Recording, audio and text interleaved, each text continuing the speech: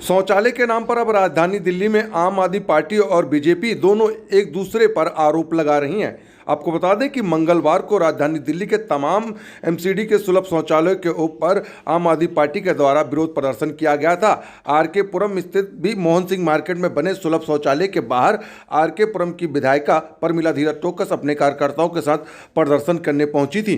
वहीं आज की अगर बात की जाए तो बुधवार के दिन स्टैंडिंग कमेटी चेयरपर्सन तुलसी जोशी और स्थानीय निगम पार्षद भगत सिंह टोकस आरके पुरम स्थित पर्वतिया कैंप पहुंचे, जो कि सेक्टर 3 और 4 के बीच में बना हुआ है। यहां पर दिल्ली सरकार के द्वारा जो शौचालय बना है उसकी तस्वीरें हम आपको दिखा रहे हैं कि देख सकते हैं कि आप किस तरीके से शौचालय है वो दुरुस्त है, क्योंकि यहाँ पर कई सारी खामियां हैं। आपको बता दें बिजली हो या पानी, इन सारी चीज़ों की तो खामियां ही हैं। साथ ही आपको बता दें कि शौचालय इस्तेमाल करने लायक भी नहीं है, क्योंकि कई जो शौचालयों की जो सीटें हैं वो भी पूरी तरीके से टूटी हुई हैं। साथ ही अगर महिला शौचालय की बात करी जाए तो यहाँ पर महिला शौचालय के अंदर भी जो दरवाजे हैं वो भी टूटे हुए हैं। और यहाँ पर पिछले 2 से 3 महीने जिस तरीके से लोगों ने बताया है कि यहाँ पर बिजली भी नहीं है, जिसकी वजह से पानी भी नहीं आ रहा है। आप तस्वीरों में देख सकते हैं किस तरीके से शौचालय की जो सीटें हैं वो भी यहाँ पर टूटी हुई हैं। आपको बता दें साउथ दिल्ली की स्टैंडिंग कमेटी चेयरपर्सन तुलसी जोशी और स्थानीय निगम पार्षद भगत सिंह टोकस यहाँ पर पहुंचे और उन्होंने बताया कि जिस तरीके से दिल्ली सरकार जो एमसीडी के बने शौचालयों पर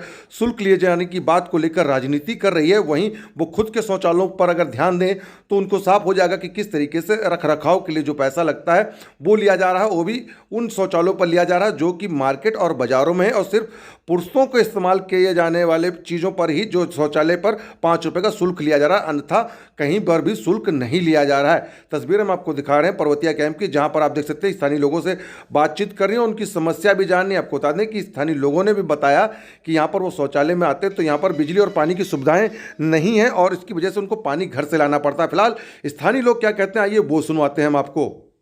मेरा नाम मोहम्मद हीरालाल है। यहाँ पर कब से हीरालाल जी पानी नहीं आ रहा है? पानी 1 महीने से ऊपर हो गया। क्यों नहीं आ रहा, कारण क्या है? कारण है कि बिजली का मीटर कट चुका है, अच्छा, इसके कारण से लाइट नहीं आ तो रहा। ये शौचालय किसके द्वारा बनवाया गया था? दिल्ली सरकार का है कि किसका है? केजरीवाल का। केजरीवाल का हाँ। है। तो यहाँ पे कभी विधायक आते हैं देखने कभी? अब ये तो हमें पता नहीं, हम तो ड्यूटी अभी 1 महीने से सिर्फ घर पे हूँ। पानी कैसे आप लोग खुद लेके आते हैं? अभी पानी घर से लेकर दिल्ली सरकार का। हाँ। लोग क्या यहाँ शौचालय में आते हैं तो पानी घर से लेके आते हैं? अभी पानी लेके आई हूँ। क्यों, कारण क्या है? जब यहाँ पानी आता है ही नहीं, सप्लाई का भी पानी देख रहे हो आप बंद है, नहीं आ रहा, तो घर से लेके आएंगे और कहाँ से लेके आएंगे? कब से बंद है? ये हो गया 2-2.5 महीने हो गया। हाँ, और लाइट की अगर बात की, लाइट है रात में अगर आते हैं तो आप लोग यहाँ शौचालय में? नहीं लाइट तो नहीं, लाइट तो कब से नहीं है। लाइट भी नहीं। तो दरवाजे किस तरीके से हैं यहाँ पर? दरवाजे टूटे हैं, सीढ़ी भी टूटी है, गंदगी बहुत है। तो पानी खुद ही लेके आते हैं आप लोग यहाँ पे? हाँ। ठीक।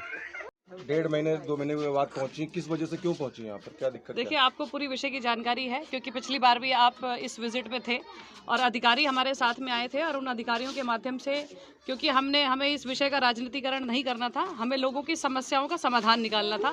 उस चीज़ को ध्यान में रखते हुए, स्थानीय लोगों की समस्याओं को जानते हुए भगत टोकस जी भी हमारे साथ में थे, यहाँ से स्थानीय पार्षद हैं, और क्योंकि वो बार बार इस विषय को रख रहे थे तो ये अपने आप में दर्शाता है कि हम यहाँ के लोगों के लिए कितने चिंतित हैं।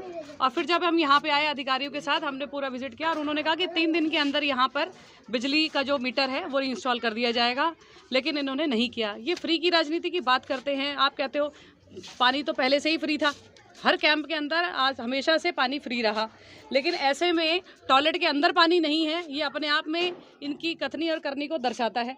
लाइट की व्यवस्था यहाँ बिल्कुल नहीं है, मीटर बिल्कुल नहीं लगा हुआ, जिसकी वजह से ना तो यहाँ पे लाइट आती है ना यहाँ पानी आता है। तो ऐसे में महिलाएं किस तरह से, चाहे महिलाएं हैं चाहे बच्चे हैं, अभी एक बच्चा आपने देखा हाथ में डब्बा लेके जा रहा था, और महिलाएं भी अभी यहाँ पर गई तो वो टॉयलेट के अंदर डब्बा लेके जा रही है। ये तो कभी गांव देहातों में हुआ करता था बहुत सालों पहले, जिसको ध्यान में रखते हुए मोदी जी ने स्वच्छ भारत के तहत नई टॉयलेटें बनाई। लेकिन दिल्ली की ऐसी स्थिति होगी, दिल्ली हमारे राज्य है देश का, और राज्य के अंदर इस तरह की व्यवस्था हमें देखने को मिल रही है, तो इन्होंने तो गाँव देहात को पीछे छोड़ दिया है। अच्छा, दिल्ली सरकार टॉयलेट को लेकर राजनीति कर रही है। कल पूरी दिल्ली में जगह जगह पर प्रदर्शन किए गए कि एमसीडी और बीजेपी के द्वारा ये बनाए गए टॉयलेट हैं, क्या मानती हैं, क्यों राजनीति कर रही है दिल्ली सरकार? देखिए, एमसीडी का चुनाव आ रहा है, इसको लेकर बिल्कुल आपने सही कहा। टॉयलेटें हमने ही बनाई हैं, इनके माध्यम से नहीं बनी है। स्वच्छ भारत के तहत वो टॉयलेट्स बनी हैं। आप क्योंकि आर के पुरम में बड़े समय से आते हैं, आपने देखा है एकता विहार में हमने इतनी सारी टॉयलेट ब्लॉक बना रखी है। वहाँ पर एक समय पे आपने देखा होगा कि इतना ओपन डेफिकेशन था और हमने वहाँ बच्चों की टॉयलेट अलग, अभी 50 सीटर टॉयलेट बाथरूम वहाँ पर बन रहा है, जो ग्राउंड फ्लोर तैयार हो गया, ऊपर तैयार हो रहा है। उसके अलावा 3-4 टॉयलेटें और बना रखी हैं, सिर्फ और सिर्फ इसीलिए लोगों के इस्तेमाल के लिए, ताकि उन्हें तकलीफ ना आए, जिसमें 1 भी रुपया चार्जेस हम वहाँ पर नहीं लेते। तो ये क्यों नहीं गए उन टॉयलेटों के अंदर ऊपर? ये वहाँ गए जहाँ कमर्शियल एरिया था, मार्केट थी, वहाँ पर जो टॉयलेट ब्लॉक है उसमें सिर्फ पुरुष वर्ग से पैसा लिया जा रहा है, उसमें भी लेडीज़ और बच्चे सब फ्री हैं, और वो भी हमने वहाँ पर लोकल किसी को मेंटेन करने के लिए दे रखा है, तो वो रूटीन में उस टॉयलेट को मेंटेन करने के लिए वो चार्जेस लिए जा रहे हैं। लेकिन ये सिचुएशन भी क्यों आई? ये सिचुएशन भी इसलिए आई क्योंकि इन्होंने इतना जो हमारा 13,000 करोड़ रुपए फंड देना है, जिसमें चाहे वो स्वास्थ्य कर्मी की सैलरी हो, चाहे सफाई कर्मी की सैलरी हो, चाहे हेल्थ वर्कर है, चाहे टीचर्स है, उनकी सैलरी देने में भारी पड़ रही है। और हम उनसे कोई भीख नहीं मांग रहे, हम ये नहीं कह रहे कि हमारे पास पैसा नहीं है तो आप हमें दो, वो हमारा अधिकार है। जब केंद्र सरकार स्टेट को पैसा देती है तो स्टेट के उस पैसे के ऊपर जो जितनी भी कॉर्पोरेशन है उनका अधिकार होता है, और वो पैसा अगर हमें नहीं मिलेगा तो उसकी लड़ाई हम लड़ते रहेंगे। मैम, आप भी एक महिला हैं, स्टैंडिंग कमेटी चेयरपर्सन है, खुद यहाँ की जो विधायिका हैं, कल उन्होंने भी प्रदर्शन किया आर के पुरम में, पर महज जहाँ पर आप खड़ी यहाँ से 1.5 किलोमीटर की दूरी पर वो शौचालय, क्या उनको यहाँ का शौचालय नहीं दिख रहा है? इसका जवाब तो वही देंगी, इसका जवाब वही देंगी, क्योंकि मैं इसके ऊपर मैंने जैसा कहा कि हमें कोई राजनीति नहीं करनी है, लेकिन जो सच्चाई है, जो प्रॉब्लम है, लोगों की स्थानीय समस्याएं हैं, हम सिर्फ उस समस्या को सामने लाना चाहते हैं। और हम चाहते हैं, हमारी जो एमएलए हैं प्रमिला जी, उनसे हम रिक्वेस्ट करना चाहते हैं कि इन टॉयलेट्स के ऊपर थोड़ा सा ध्यान दें।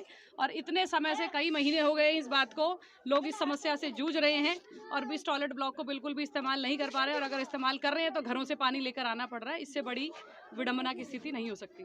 में ये शौचालय बना है दिल्ली सरकार का, किस वजह से इसको अनदेखा किया जा रहा है, क्या मानते हैं?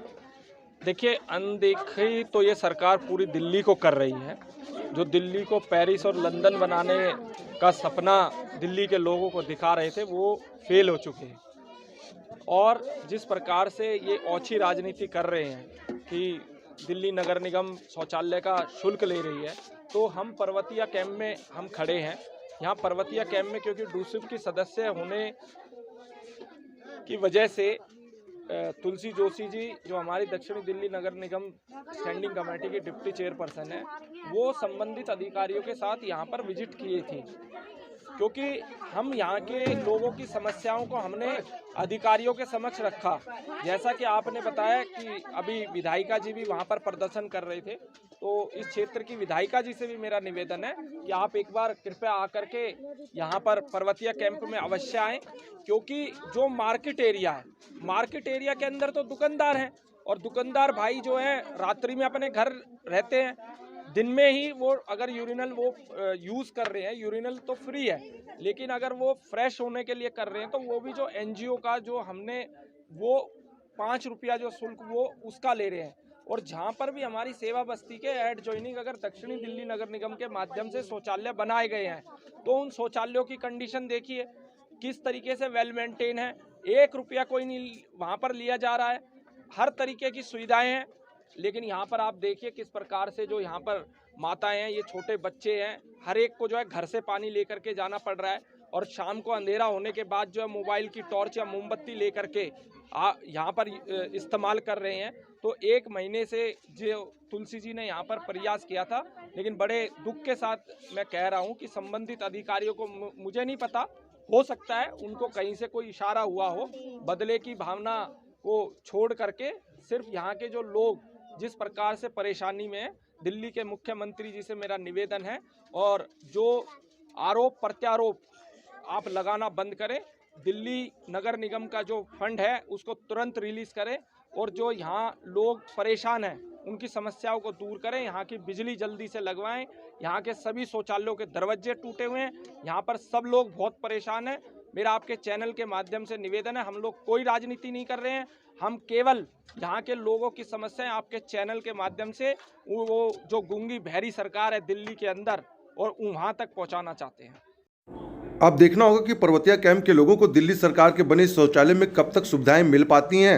आरसू न्यूज़ की तमाम खबरों को देखने के लिए चैनल को सब्सक्राइब